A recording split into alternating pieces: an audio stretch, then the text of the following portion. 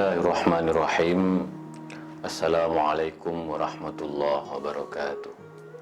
Alhamdulillahirabbil alamin. Alhamdulillahirabbil alamin. Assalatu wassalamu ala sayyidil mursalin habibina wa syafi'ina maulana Muhammadin wa ala alihi wa ashabihi ajma'in, amma ba'du. Sahabat Islam ramah, marilah kita senantiasa bersyukur kehadirat Ilahi Robbi atas rahmat dan nikmat yang dilimpahkan kepada kita semua. Mudah-mudahan di penghujung bulan Ramadan ini kita mendapatkan keberkahan yang luar biasa. Dan tentu kata kuncinya adalah syukur dan syukur, karena syukur ini akan melipat gandakan rezeki kita, sementara keengganan kita untuk bersyukur akan menyebabkan kita kufur nikmat, dan pada akhirnya azab Allah akan sangat pedih. Maka dari itu, mari terus dalam jembatan syukur supaya Allah senantiasa menurunkan keberkahan dan pelindungannya kepada kita semua. Selawat serta salam marilah kita sampaikan kepada baginda Rasulullah SAW dan keluarganya. Allahumma sholli ala Sayyidina Muhammad wa ala ali Sayyidina Muhammad. Mudah-mudahan selawat yang kita baca menenangkan hati kita, menenteramkan jiwa kita, mencernihkan pikiran kita. Karena bagaimanapun selawat merupakan kekuatan yang akan menjadikan diri kita lebih siap menghadapi berbagai masalah dan tantangan. Maka dari itu, di tengah pandemi COVID-19 ini kita harus sering-sering berselawat, karena dengan selawat maka kekebalan tubuh kita semakin baik, dan insya Allah kita akan selamat baik di dunia maupun di akhirat. Innallaha malaikatahu shalluna 'alan nabi ya ayyuhalladzina amanu shallu 'alaihi wa sallimu taslima.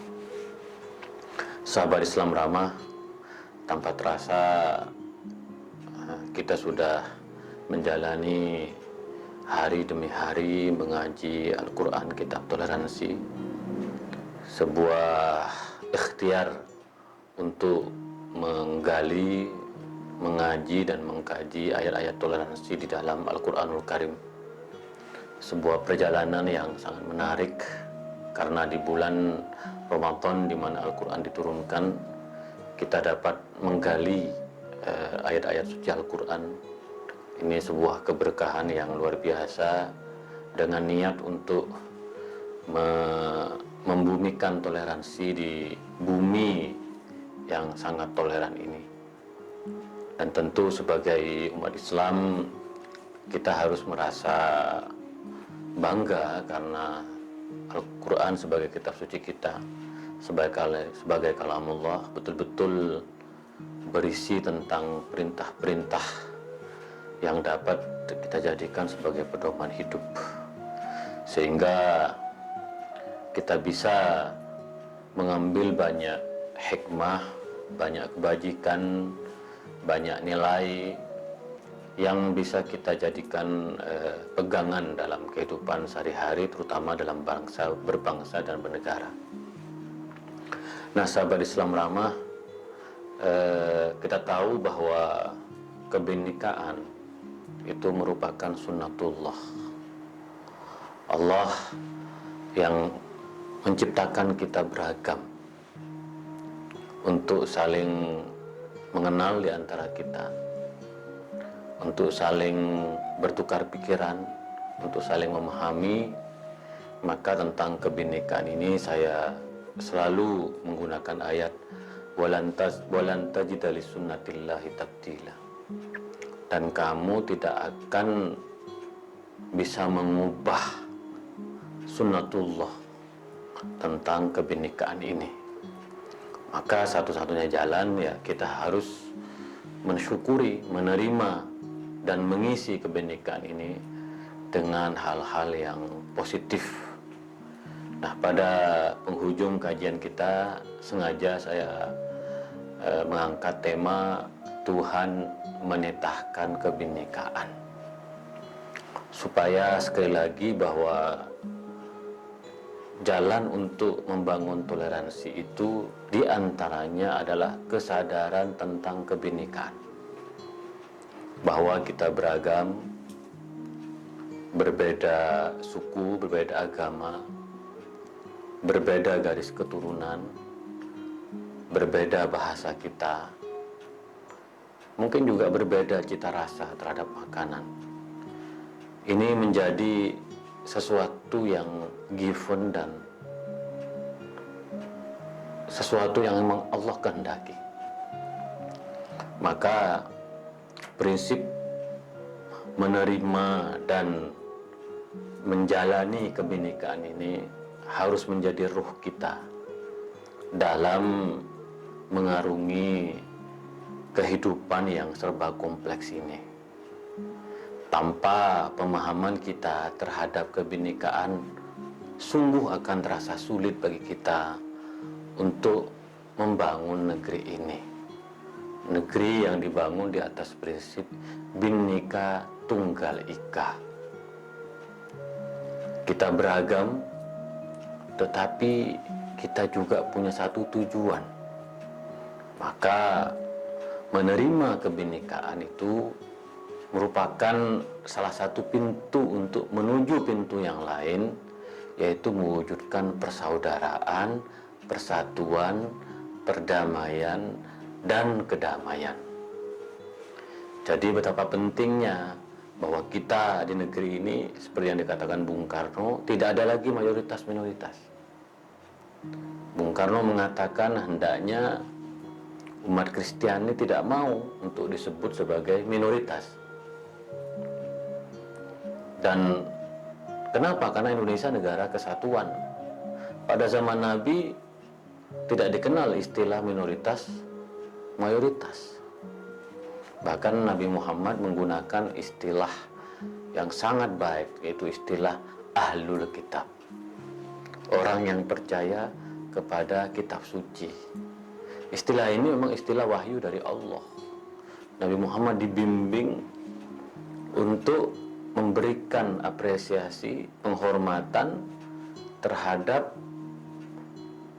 kelompok kecil dalam sebuah masyarakat dengan tidak menyebut sebagai kelompok kecil, tetapi disebut dengan Ahlul Kitab. Itu penghargaan, yaitu bahwa umat Yahudi dan umat Kristiani juga percaya dan mempunyai dan percaya kepada kitab suci.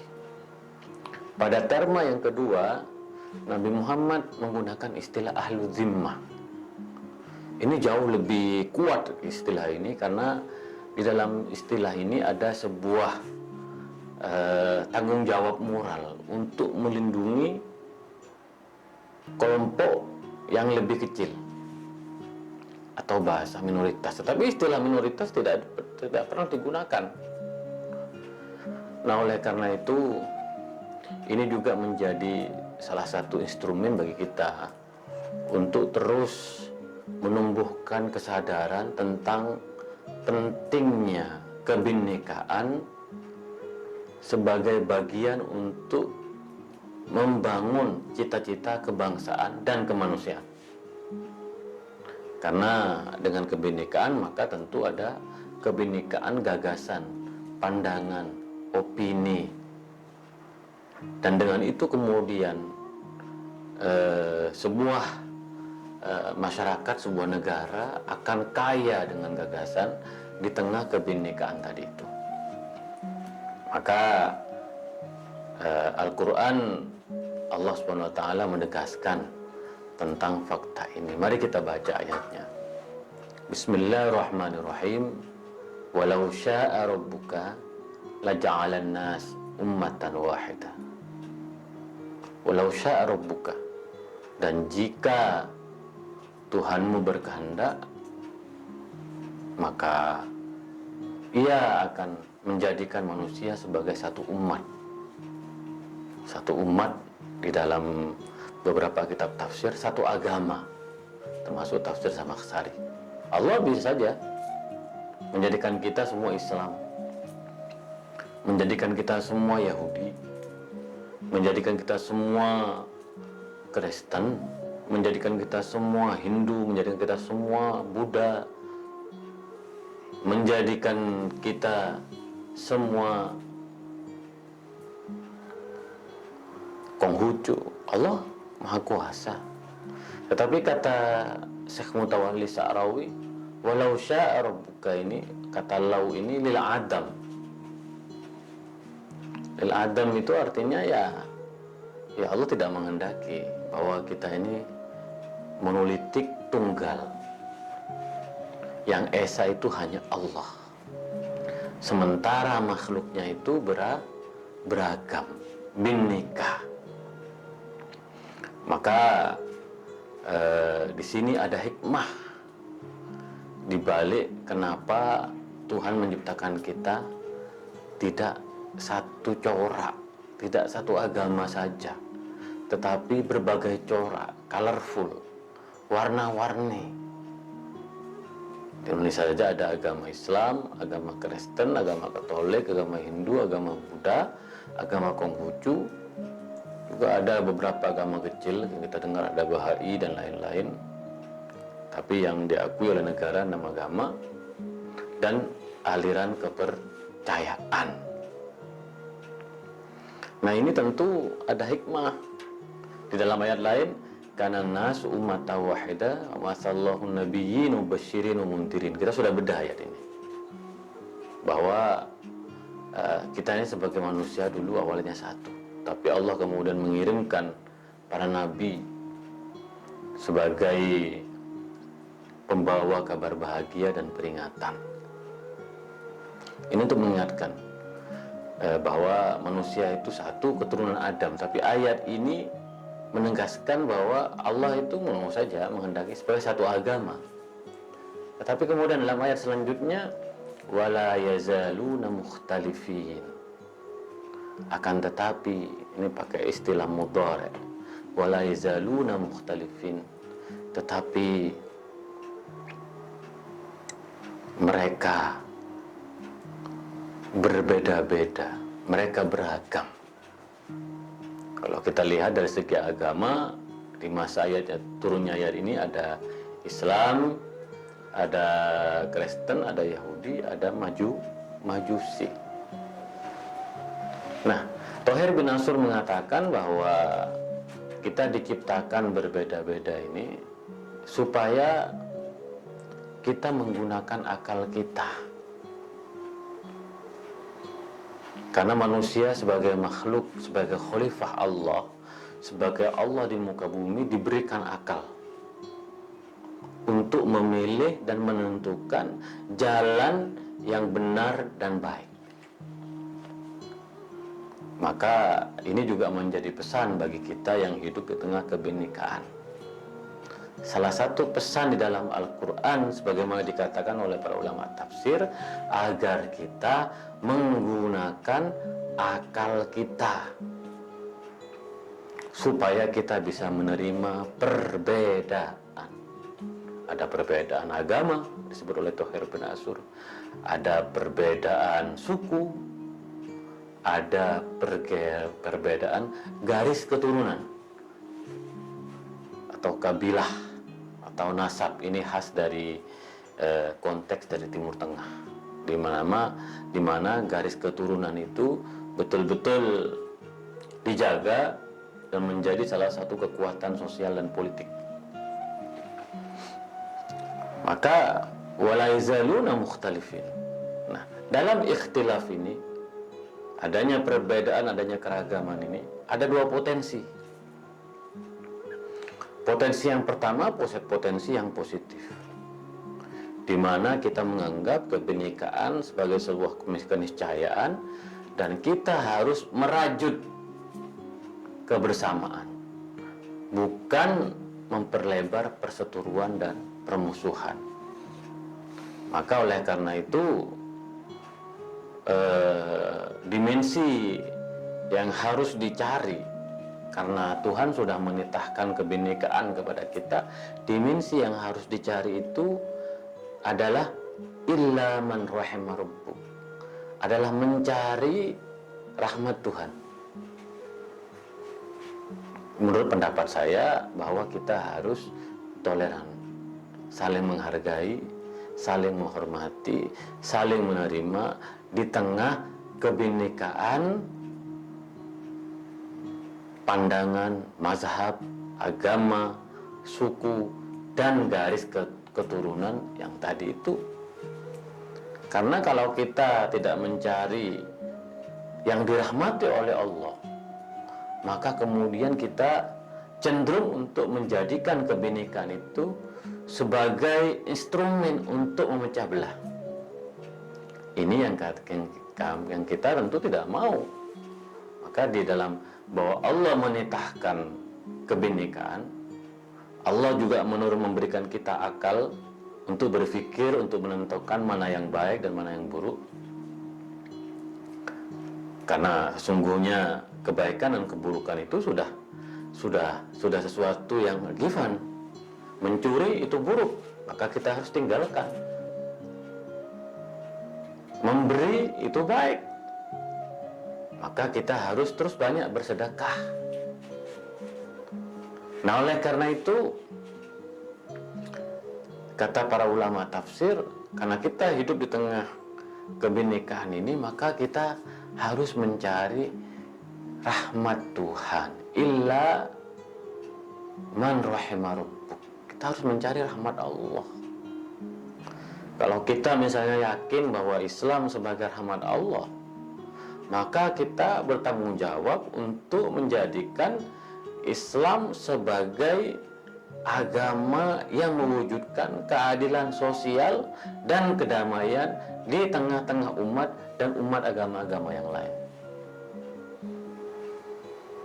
Itu sebuah ikhtiar kita untuk memahami rahmat Tuhan itu.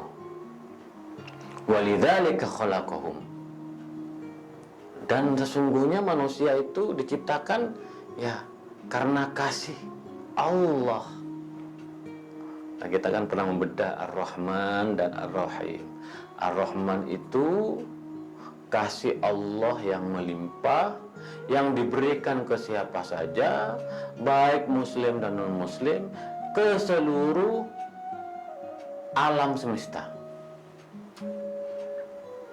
Maka rahmat Allah itu luar biasa, akan diberikan kepada siapa saja. Tetapi ada Ar-Rahim, di mana yang rahmat Allah itu dititipkan melalui Nabi Muhammad SAW. Maka kita umat Islam sebenarnya merupakan titisan rahmatnya Allah melalui Nabi Muhammad SAW. Karena kita sebagai dari rahmat Allah, maka kita harus hati-hati, betul-betul menjaga. Jangan kita gunakan Islam sebagai alat untuk membenarkan kekerasan, kebencian, pembunuhan, terorisme. Di dalam ayat ini dijelaskan, wa tammat kalimatu rabbik la amla'anna minan nasi minal jannati wan nasi ajmain. Maka kita harus hati-hati, karena di akhirat kelak orang yang tidak betul-betul memahami rahmat Allah akan ditempatkan di neraka. Kita sebagai umat Islam harus betul-betul memahami rahmatnya Allah, kasihnya Allah, yang mana kasih Allah itu harus kita sebarkan kepada umat manusia, bukan hanya kepada umat Islam. Wa ma arsalnaka illa rahmatan lil alamin. Disinilah sahabat Islam ramah bahwa Rasulullah bersabda, ana nabiyyur rahmah. Aku sungguhnya nabi yang menebarkan kasih sayang. Maka marilah kita sebagai umat Islam sekali lagi harus menjadi teladan, menjadi contoh. Jangan sampai kebinekaan, keragaman di tengah-tengah umat Islam itu menjadi bencana. Berarti kita belum dirahmati oleh Allah. Illa man rahimah rabbuk. Kita belum menangkap rahmat Allah, bahwa Islam adalah agama yang mulia, yang diturunkan kepada baginda Rasulullah SAW. Tapi kenapa kita sangat susah untuk menangkap rahmatnya Allah itu? Kalau tidak hati-hati, la'amla'anna jahannam minal jinnati wan nasi ajmain. Kalau kita tidak hati-hati, maka nanti di neraka jahanam akan dipenuhi oleh jin manusia. Dan naudzubillah, kita termasuk di antara mereka itu. Kita senantiasa konsisten menjadikan keragaman ini sebagai cara kita untuk membumikan, menerjemahkan, dan mengamalkan rahmatnya Allah. Sehingga kita umat Islam di negeri ini menjadi unsur yang positif dalam berkarya, bekerja, mewujudkan kemajuan negeri ini. Jadi mari kita anggap kebinekaan di dalam internal umat Islam sebagai sesuatu yang sudah dititahkan oleh Allah. Tidak ada lagi yang menyesatkan satu kelompok. Kita harus wasyawirhum fil amri, sebagaimana ayat kemarin. Mari kita duduk bareng, membicarakan dengan kepala dingin, bermusyawarah bahwa kita ini beragam, dan keragaman kita harus kita jadikan kekuatan untuk membangun kebersamaan. Tidak boleh ada yang mencoba untuk mendiskriminasi dan merendahkan kelompok lain. Segala sesuatunya bisa diselesaikan kalau kita mau duduk bersama menggunakan hati nurani dan akal sehat. Inilah yang kemudian disebut rahmatnya Allah. Oh, kita terus mencari kasih sayang Allah supaya kita ini menjalani kehidupan tanpa ada asumsi, pikiran, pandangan yang merasa tidak nyaman dengan kebinekaan. Tidak ada di negara manapun yang tidak kebinekaan, yang tidak bineka. Dalam ayat ini disebutkan wala yazaluna mukhtalifin, dan mereka akan selalu berbeda pandangan, berbeda pendapat, karena itu sudah menjadi titahnya Allah. Dan mari sekali lagi kita jadikan kebinekaan ini sebagai kekuatan, bukan ancaman. Kita harus bersama-sama, terutama umat Islam. Jangan sampai ada pecah belah, apalagi sering melakukan tindakan-tindakan yang dapat mengancam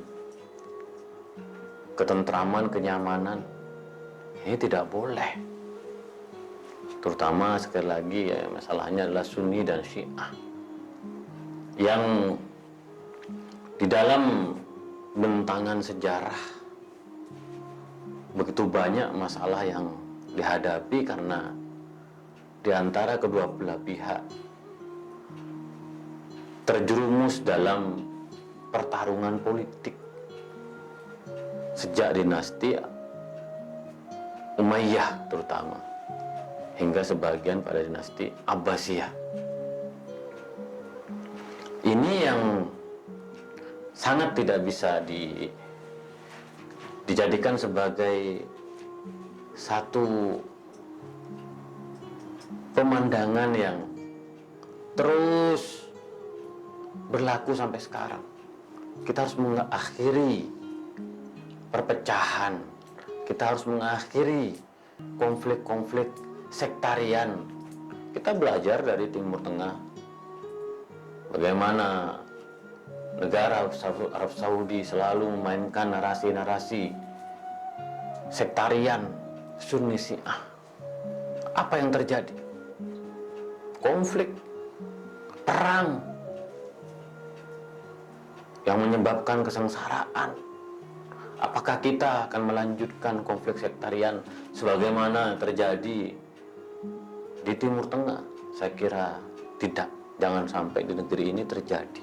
Mari kita mencari rahmatnya Allah. Mari kita jadikan Islam sebagai kekuatan untuk mempersatukan kita sebagai umat dan warga bangsa. Negeri ini negeri yang beragam, baik dalam internal Islam maupun dalam konteks bernegara. Kita harus yakin bahwa Bhinneka Tunggal Ika itu adalah rahmatnya Allah kepada negeri ini. Kita sudah menerima kebinekaan dan tugas kita adalah menjaga persatuan dan mengajak semua elemen bangsa untuk bersama-sama membangun negeri ini. Maka jangan lagi ada istilah mayoritas minoritas. Istilah ini istilah jebakan, yang kita kalau tidak hati-hati maka akan menciptakan satu instabilitas, ketidakstabilan, karena akan selalu muncul kecurigaan. Padahal kita sudah berbaur dalam negara Pancasila. Sahabat Islam ramah, marilah kita terus meyakini bahwa kebinekaan adalah sunnatullah, kebinekaan yang fakta yang harus kita hadapi. Mari kita isi dengan rahmatnya Allah, bahwa kita semuanya sebagai khalifah, sebagai wakil Allah, bertanggung jawab untuk menjaga kedamaian, bertanggung jawab untuk menjadikan negeri ini adil, makmur, menjadikan Islam sebagai agama rahmatan lil alamin. Ini tanggung jawab yang tidak mudah bagi kita semua, tapi kita bisa melaluinya dengan satu itikad, satu yang baik, dengan satu usaha ikhtiar yang luar biasa, dengan doa-doa. Sahabat Islam ramah, di penghujung kajian Al-Quran Kitab Toleransi ini, saya secara pribadi mengucapkan minta maaf jika ada hal-hal yang tidak berkenan. Semua yang kami sampaikan, yang saya sampaikan adalah hanya untuk kebaikan. Wa ma uridu illal islah mastata'. Bahwa apa yang saya inginkan adalah kebaikan, kemaslahatan, dan itu yang saya mampu. Dan insya Allah kita akan lanjutkan ngaji Al-Quran Kitab Toleransi ini bulan Ramadan tahun depan. Mudah-mudahan buku jilid kedua sudah terbit, sehingga nanti teman-teman subscriber Islam Ramah TV bisa sekalian memegang buku itu. Dan sebagaimana saya lihat bahwa cetakan yang ketiga ini sudah mulai habis juga, dan alhamdulillah membawa keberkahan bagi kita semua. Sekali lagi saya minta maaf kalau ada kata yang salah, itu semata-mata karena kedaifan saya. Dan semoga kita terus belajar membaca Al-Quran, memaknainya, mengambil hikmah sebesar-besarnya, sehingga kita bisa lolos dan lulus dalam kehidupan yang membutuhkan kearifan ini. Demikian dari saya. Wa ma taufiqi illa billah, alaihi tawakkaltu wa ilaihi unib, wallahul muwaffiq ila aqwamit thoriq. Assalamualaikum warahmatullahi wabarakatuh.